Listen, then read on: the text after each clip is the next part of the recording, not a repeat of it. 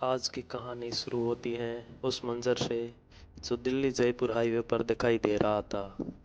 ये वो दिन था जब इस हाईवे के दोनों तरफ लोग खड़े थे। लाखों की भीड़ पड़ रही थी।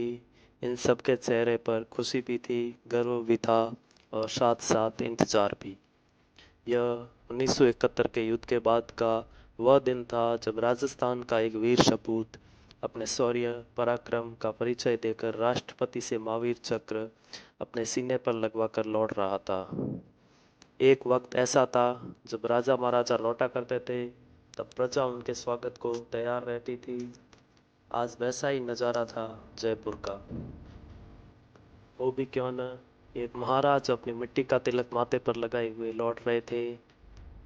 नमस्कार। आज हम आपके लिए लेकर आए हैं ब्रिगेडियर भवानी सिंह जी की कहानी, जिन्हें महाराज भवानी सिंह जी भी कहा जाता है, जिन्होंने सेना में रहते हुए एक दिन का भी वेतन नहीं लिया। उनका कहना था, देश सेवा करने के लिए किस बात का वेतन। जयपुर के राजघराने का खून, जिसने देश के लिए लड़ते हुए अपनी राजपूती वीरता और शौर्य का ऐसा परिचय दिया कि युगों युगों तक उनकी यह कहानी आने वाली पीढ़ियों को प्रेरित करती रहेगी। आइए सुने महाराजा सवाई भवानी सिंह जी की कहानी हमारे साथ। इनकी कहानी शुरू होती है 22 अक्टूबर 1931 से। यह वो दिन था जब पूरे जयपुर में खुशियाँ मुस्कुरा रही थी। जयपुर के महाराज सवाई मान सिंह द्वितीय और उनकी धर्मपत्नी मरुधर कंवर जोधपुर के घर आ गए थे जयपुर नरेश, जयपुर राजवंश के पहले उत्तराधिकारी युवराज भवानी सिंह। कहा जाता है कि उस दिन इतना बड़ा जश्न हुआ और इसी जश्न में इतनी शैंपेन खुली कि पूरा बाग बबल्स से भर गया था, और इसलिए भवानी सिंह जी के बचपन का नाम ही बबल्स रख दिया गया था। तब तक किसी ने यह नहीं सोचा होगा कि राजघराना का यह सपूत दुश्मन मुल्क के नापाक इरादों को बबल्स की तरह ही हवा में उड़ा देगा। भवानी सिंह जी की पढ़ाई दून स्कूल से हुई थी। उसके बाद भवानी सिंह जी ने यूके से आगे की पढ़ाई पूरी की और फिर उनका मन अपने पिता की ही तरह आर्मी से जुड़ने का हो गया था। वो भी आर्मी से जुड़कर अपने देश की सेवा करना चाहते थे। भारत में वैसे तो कई बड़े राजघराने हैं और कई महान राजा हैं, लेकिन जयपुर राजघराना ऐसा है जो खुद को भगवान राम का वंशज बताता है। कहा जाता है कि जयपुर राजघराना के भवानी सिंह भगवान राम के पुत्र कुश के 309वें वंशज थे।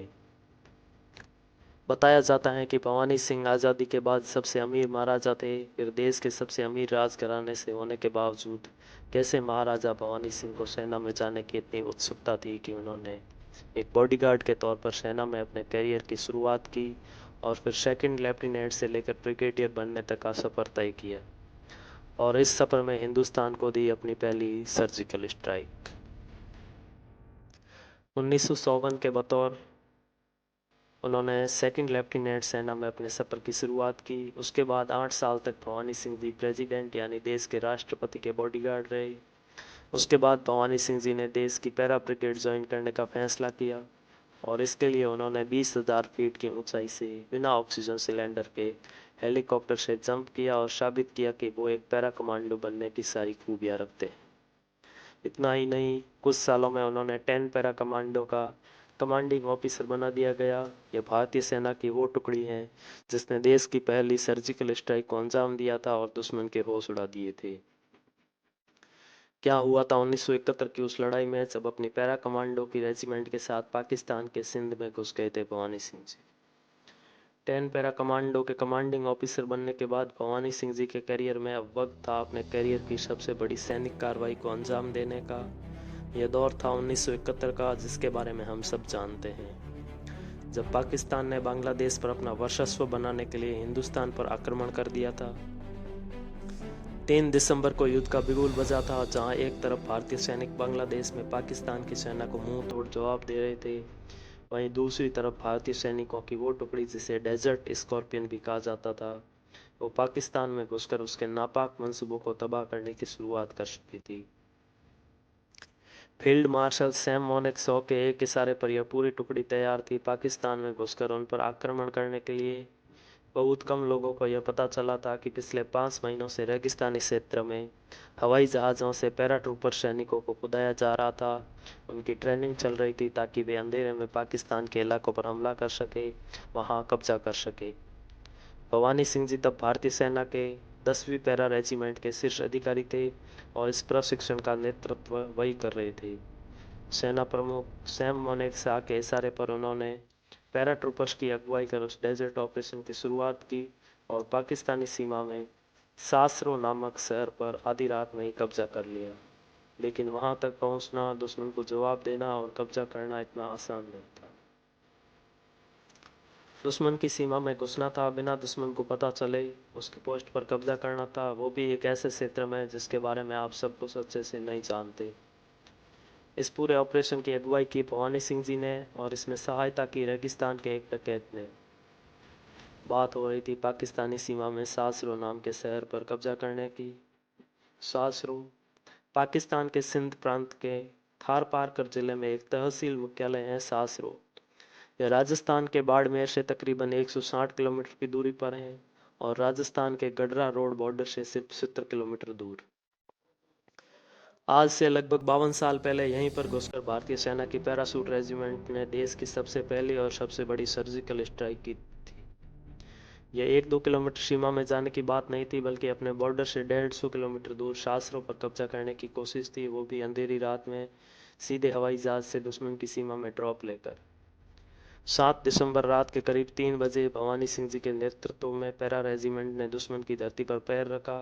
यहाँ अल्फा और शार्ली नाम की 2 टीम पहुंची और इन्होंने सासरो पोस्ट पर कब्जा कर लिया। लेकिन वे वहीं नहीं रुके, बल्कि एक के बाद एक दुश्मन की पोस्ट पर तिरंगा झंडा लहरा दिया था। वहीं दूसरी तरफ मुक्ति वाहिनी सेना जो बांग्लादेश की तरफ से पाकिस्तानियों का मुकाबला कर रही थी, उनकी ट्रेनिंग जिन हिंदुस्तानी फौजियों ने की थी उनमें से एक थे उस वक्त के लेफ्टिनेंट कर्नल भवानी सिंह जी, जो यहाँ पैरा कमांडोज की टुकड़ी को लीड भी कर रहे थे। आखिरकार युद्ध में भारत को विजय हासिल हुई। यहाँ युद्ध विराम की घोषणा हुई और वहाँ एक नए देश का जन्म हुआ, बांग्लादेश।